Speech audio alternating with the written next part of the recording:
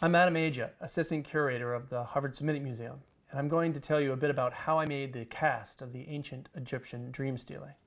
The project to recreate the stele for our museum grew out of my experience using modern casting resins to recreate replicas for teaching and exhibition.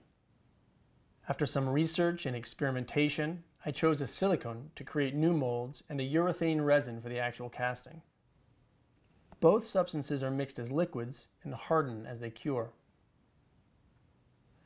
I first developed this technique using the museum's collection of large 19th century plaster casts from Neo-Assyrian palaces in Iraq.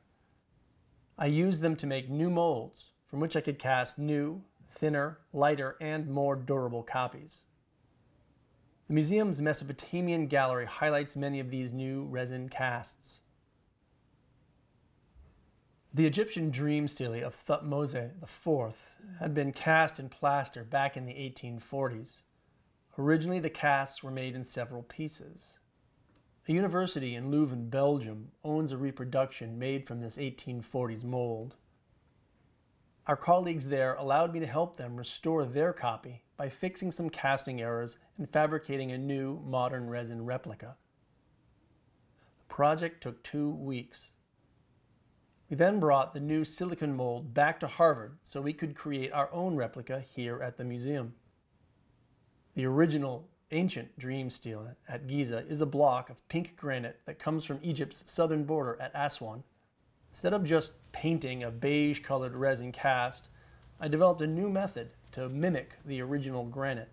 I added pink, white, and black pigment to clear resins, which I then laid in thin, irregular layers. Several Harvard students assisted with the process. We worked in a gallery space to create a public demonstration of the casting work. Our new resin cast shows the 1840s condition of the ancient dream stele. It also preserves important parts of the hieroglyphic texts that are no longer visible in the original stele at Giza today. Our goal is not to fool anyone about the modern date of our replica, but rather to transport the visitors back in time to visualize the dream stele in antiquity.